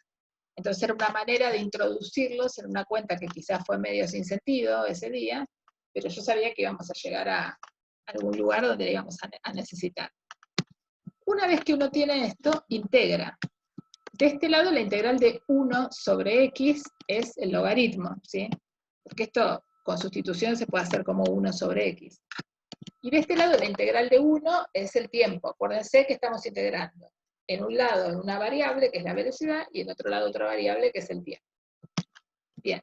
Y después hay que despejar, de la misma manera que hice hace 3 clases. Entonces hay que sacarse de encima el logaritmo usando la exponencial, y les va a quedar una expresión que es de este estilo, ¿sí? Como les digo, lo que me importa de acá es seguir la idea. Yo el viernes voy a poner la cuenta entera, pero también me interesa que ustedes se vayan largando a hacer cuentas por solos, y fallen y tengan que volver para atrás, porque hay que aprender a hacer cuentas en algún momento, ¿sí? Entonces, por eso acá no lo puse como esquemático, ¿sí? Entonces, ¿qué pasos vamos a hacer? Escribimos la ecuación de Newton. Juntamos todo lo que tiene velocidades de un lado y todo lo que tiene tiempos del otro, integramos ambos miembros de acuerdo a su variable, y después despejamos. Y obtenemos una expresión para la velocidad, que es esto, es una constante menos una exponencial decreciente, que fíjense que está bien, tiene sentido, ¿no? Cuando t tiende a infinito, todo tiende a la velocidad límite, y cuando t es 0, esto les va a dar, les va a dar 1, y entonces la velocidad inicial va a ser 0, lo cual está bien porque era el dato inicial, ¿sí? Otra vez, cada vez que llegamos al resultado final, volvemos a pensar si tiene sentido lo que estamos haciendo. Bien. Y una vez que tienen la velocidad, pueden calcular la aceleración. ¿Cómo se calcula la aceleración? La aceleración es la derivada de la velocidad. O sea que derivan y chao. ¿Y cómo se calcula la posición? Y la posición es la integral de la velocidad. O sea que integran, que es un poquito más pesado, y ya está. Y uno puede después volver a hacer estas gráficas de estas funciones. Acá les puse un link de una página donde uno puede hacer un gráfico de una función poniendo la fórmula de la función y chau, para que vean que si grafican la B, la A y la I, les va a dar este tipo de comportamiento, que era el que habíamos predicho. ¿Sí? Entonces, lo importante, lo más relevante para nosotros es ver que la existencia de la resistencia hace que ahora la aceleración no sea una constante, sino que sea una función que es de tipo exponencial decreciente. ¿Sí? La velocidad va a ser una exponencial creciente, pero que va a tener un valor límite, y la posición, bueno, va a ser creciente, pero no va a tener la misma derivada, la misma pendiente, justamente que si fuera un caso sin resistividad. ¿Por qué? Porque sin resistividad, la única aceleración sería la de la gravedad, y el movimiento avanzaría más rápido, ¿sí? Que es lo que estamos viendo, ¿sí? Bueno, entonces con esto voy a dejar por hoy. Acuérdense, yo tengo el detalle de estas cuentas hechas, paso a paso. Lo voy a publicar el viernes recién, al final de nuestra teórica. Les pido que traten de hacerlo. Si no les sale, empiecen, sacan una foto y me la mandan. Yo no tengo problema mientras se vea. Me parece que está bueno que aprendan a mandarnos lo que prueben. Así también nosotros podemos ver qué están haciendo y cómo van evolucionando. Si no, lo pueden preguntar a la práctica. Y bueno, y una cosa más, que es los que no contestaron la encuesta, les pido por favor que la contesten, así al final, el viernes, publico las respuestas y me guardo esa primera información de cómo fue la primera la primera conceptualización del primer tema que vimos, que fue dinámica. Más adelante vamos a ir conceptualizando, bueno, distintas cosas de dinámica. ¿Alguna duda? Sí, una duda. Sí, Entonces, sí, la integral de la velocidad te da la posición siempre, sí. y después la derivada De la de velocidad, la te de da la la ve- aceleración. sí, Ah, ok. exacto, Bueno. exacto, exacto. Bueno, ¿alguna otra duda? Bueno, genial, bárbaro, voy a parar de grabar.